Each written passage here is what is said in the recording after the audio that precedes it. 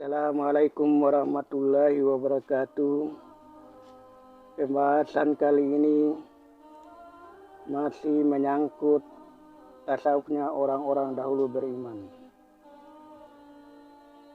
Topik yang saya angkat di sini adalah petugas-petugasnya Allah Subhanahu wa Ta'ala yang berasal dari implementasi daripada nur Allah itu sendiri. Allah dengan anasir-anasirnya, Ruhul Kudus, cahaya, dan kun fayakun dapat memproses petugas yang namanya malaikat-malaikat. Jadi bukan berarti Allah yang ikut memproses, bukan berarti Allah yang ikut bekerja. Mengingat Allah itu tidak menyerupai makhluk yang diciptakan tidak punya kaki dan tangan, tapi dengan cara tertentu yang tidak bisa dijangkau oleh akal pikiran manusia. Kita hanya yakin bahwa yang diciptakan itu adalah Allah Subhanahu wa Ta'ala. Tapi sesungguhnya yang memproses itu adalah malaikat itu sendiri. Dalam proses kejadian malaikat, dia tidak melalui biologis, tidak melalui suatu perkawinan, tapi dia melalui anasir-anasir Allah itu. Dalam kejadiannya ada yang dominan dengan anasir-anasirnya Allah Subhanahu wa Ta'ala, dan ada yang sebagian kecil resesif dengan anasirnya Muhammad. Dengan demikian kita telah mengetahui dalam cerita bahwa ada pernah malaikat menjelma menjadi manusia. Karena sifat-sifatnya sedikit resesif dengan anasirnya Muhammad. Tapi pada umumnya malaikat itu sangat dominan dengan anasirnya Allah Subhanahu wa Ta'ala sehingga dia gaib. Dia juga tidak dapat dilihat dengan mata kepala. Dia ada dan dia bekerja saban hari menunggu perintah dari Allah Subhanahu wa Ta'ala untuk melaksanakannya. Tapi pekerjaannya itu tidak dapat dilihat oleh manusia. Justru karena dia tercipta tanpa lewat nafsu, maka pribadi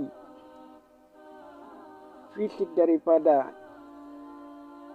malaikat-malaikat itu juga tidak pernah makan dan minum, tidak pernah melakukan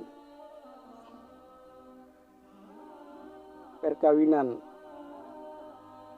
sebagaimana layaknya makhluk yang diciptakan oleh Allah Subhanahu wa Ta'ala dari anasir-anasir Muhammad.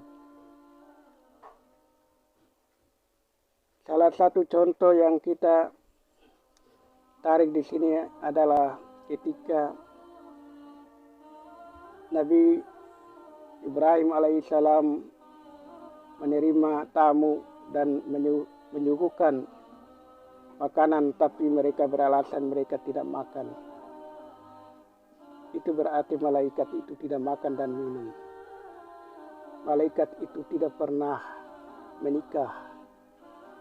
Tapi malaikat itu jumlahnya sangat besar, sangat banyak.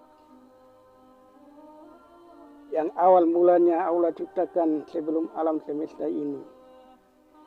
Jumlahnya cukup besar.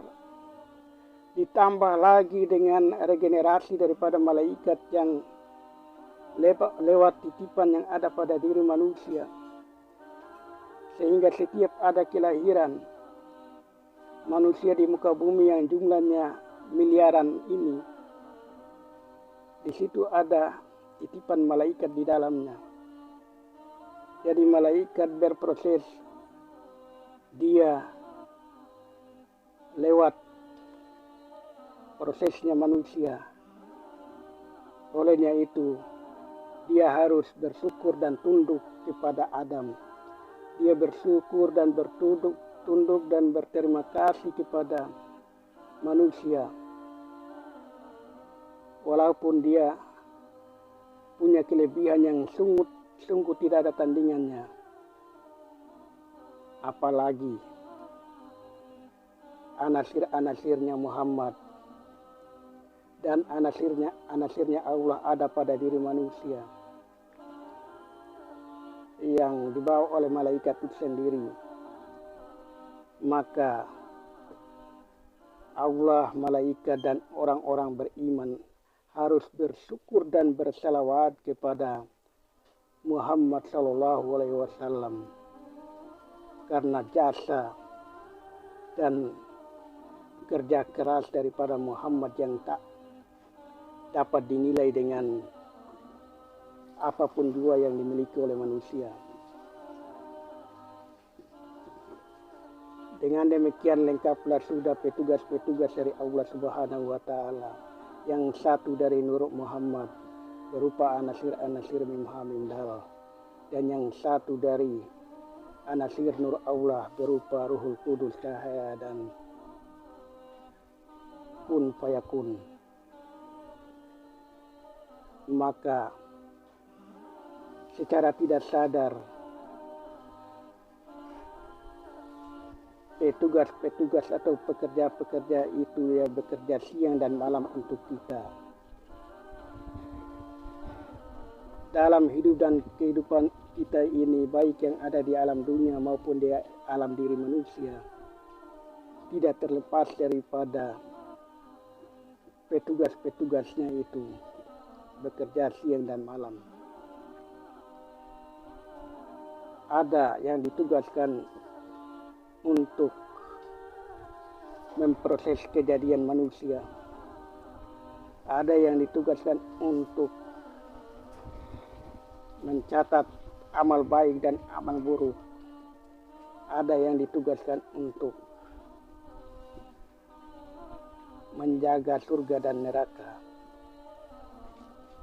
Ada yang ditugaskan untuk mencabut nyawa. Yang menjadi pertanyaan, di mana kedudukan daripada malaikat itu? Betapa cepat, betapa kuatnya malaikat itu, dalam waktu detik saja dia bisa menjangkau semua makhluk yang ada di muka bumi ini. Dengan kecepatan apa yang dia miliki? Untuk itu kita harus menjawab semua pertanyaan itu. Tapi pada topik-topik berikut. Sekian, nanti kita sambung. Wassalamualaikum warahmatullahi ta'ala wabarakatuh.